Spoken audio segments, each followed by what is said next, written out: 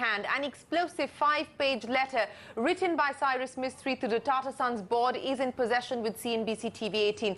And the letter seems to bear it all. Mistry was at Bombay House this morning, but he remained tight-lipped in front of an army of reporters who were camped outside. Sources at the Tata Group have responded to the letter. Let me clarify, there is no official communication from the Tata Group in response to Cyrus Mistry's letter. What CNBC TV18 is flashing on its screens and is reporting is source-based information from Tata insiders.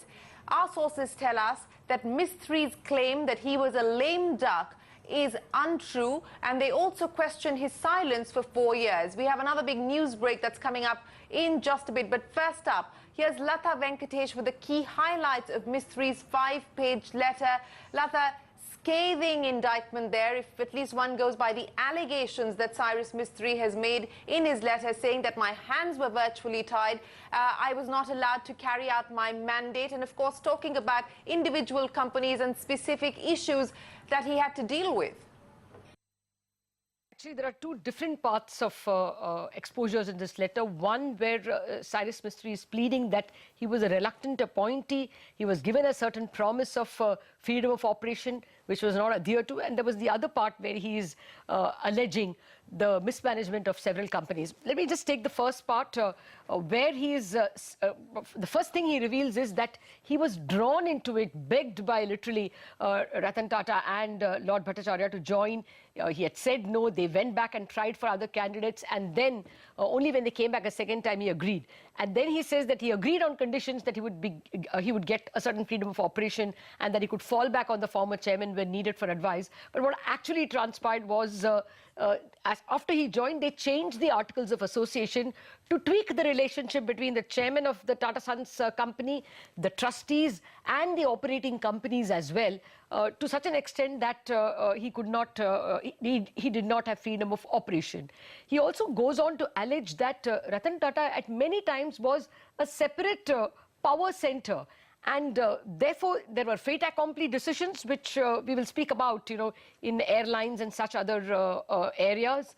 But more importantly, you know, the board would not make decisions. And that allegation is very scathing on the directors as well. He says, nominated directors who I would assume will use their own independent judgment and discharge fiduciary duties were reduced to mere postmen. And then he gives an example once when the board meeting was held up for 1 hour because Nitin Noida and Noria and Vijay Singh actually had to go and telephone Ratan Tata for his permission for something. So at all times, it was a separate center, and this also created problems of leakage, insider trading, and such issues. And therefore, he said he tried to create an institutional framework for effective governance.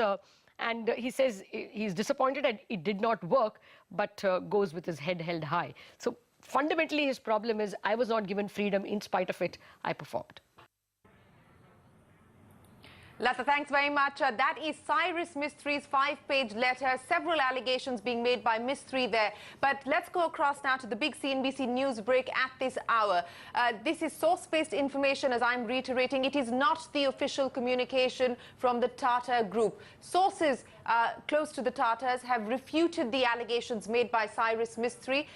Now, Mistry, remember, as Latha was pointing out, had made an explosive charge that the amendment to the Articles of Association meant that he did not have a free hand at the company. And here is what he says on the matter. As feared, the inappropriate implementation created a flux in the decision-making process. I have often presented to the trustees before and after Tata Sons board meetings. This created alternative power centers without any accountability or formal responsibility. But now we understand from sources that Shapoorji Pallonji Group had approved the changes to the Articles of Association. Arun Giri joins us now with that latest CNBC TV18 news break. Arun, we just read out what Cyrus Mistry alleges in his 5-page letter. What are your sources within the Tata camp telling you at this point in time about Mistry being on board with the changes for the Articles of Association, and why this change of heart today? We are hearing a lot, you know, on Mr. Mistry's letter. Of course, it's not gone down well with the Tata Group at all. But here are some of the key highlights. Number one, that the Shapoorji Pallonji Group, as the 18% shareholder in Tata Sons, approved and was party to all the changes to the Articles of Association. Now, they are saying that both Mr. Ratan Tata and Mr. Mistry agreed before Mr. Mistry took over as chairman of Tata Sons that they would need to put in a governing structure that outlived both of them. And one of the key reasons articulated by the Tata sources is that after a long time, the chairman of the trust and chairman of Tata Sons was going to be different because Mr. Ratan Tata was stepping down, and therefore they needed to put together a different governing structure. And they are saying that there were extensive discussion between Mr. Ratan Tata and Mr. Mistry, where lawyers were involved. Someone as eminent as a jurist and Justice B.N. Sri Krishna advised on these changes to the Articles of Association. And what were exactly these changes? The earlier Article 121 of the Tata Sons Articles of Association required that any item which required a board approval also required an affirmative vote of the trust nominee, which means that a mere board approval was not enough. It needed an affirmative vote of the trust nominee. And the earlier trust nominees were Mr. Ratan Tata, Mr. Soonawala and Mr. Krishna Kumar. And Tata sources are emphasizing that look at the commonality. The trustees, the Tata Sons board members, some of them, and the chief executives of the key operating companies of the Tata Group all were the same.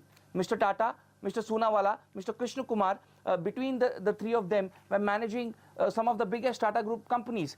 So this is the point that they are hammering home on why the Articles of Association change was required, because now that commonality was not there and Mr. Mistry was stepping in, and therefore you had to put in place a different governing structure, which is why Article 121A was added to the Articles of Association of Tata Sons, wherein 8 to 9 items were put in which would require an affirmative vote in the board.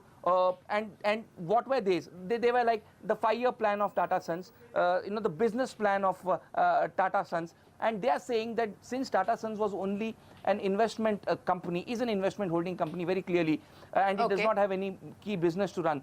It is an aggregation of investments of key Tata companies, and therefore this governing structure had to be put in place. And these Articles of Association changes were made in 2012 and in 2014. I think some bit of it was made in 2012. Some tweaks were made in 2014. And as far as the other points are concerned, you look at the allegation on TCS. I'm interrupting you because that is the crucial. Yeah.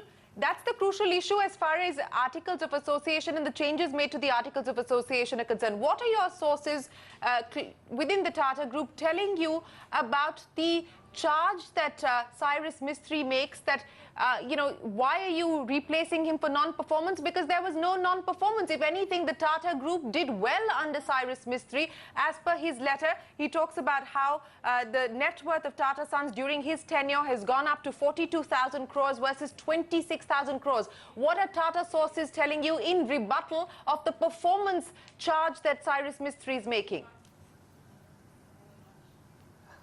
They are saying that Mr. Cyrus Mistry is trying to take credit where it is not due, to him entirely for sure. They are saying that if you take away TCS and JLR performances, that Tata Sons has actually made an operating loss, and the stellar performance of TCS and JLR they attributed to the respective CEO's leadership, and both of whom were rewarded yesterday by an elevation to the board of Tata Sons. So they are saying that the credit of these two does not belong to Mr. Mistry in the first place. And you look at the member of Shireen, I think I'm hearing some echo, but I'll try to go on. The Tata sources are also saying that Mr. Shapoorji Pallonji, Mr. Cyrus Mistry was a member of the Tata Sons board since 2006, and he very well knew all the challenges, that he approved all the big deals, all the big decisions of the Tata Group, in the last, in 6 years before he was the chairman, and in the last 4 years as well. On the, can I come to the Air Asia one next, Shireen? I think that's an important point. Yes, on the go Air ahead. Asia allegation, where Mr. Mistry has alleged some pressure to do it.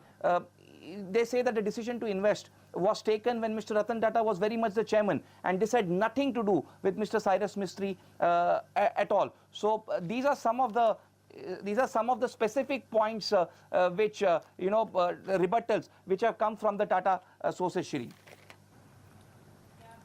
Yeah, yes, and I want to clarify once again, this is not official communication from the Tata Group. This is source-based information that our colleague Arun Giri is breaking here. Rebuttal coming in from sources within the Tata Group to the explosive letter put out by Cyrus Mistry. But Arun, before I let you go, very quickly, we now have fresh information on what transpired on that crucial day of the board meeting, including information on who chaired that crucial board meeting. Absolutely. A lot of drama happened on that day. I think we've been reporting on that for the last 48 hours, and every hour we learn something new. So this is what actually happened. Before the board meeting, Mr. Ratan Tata and Mr.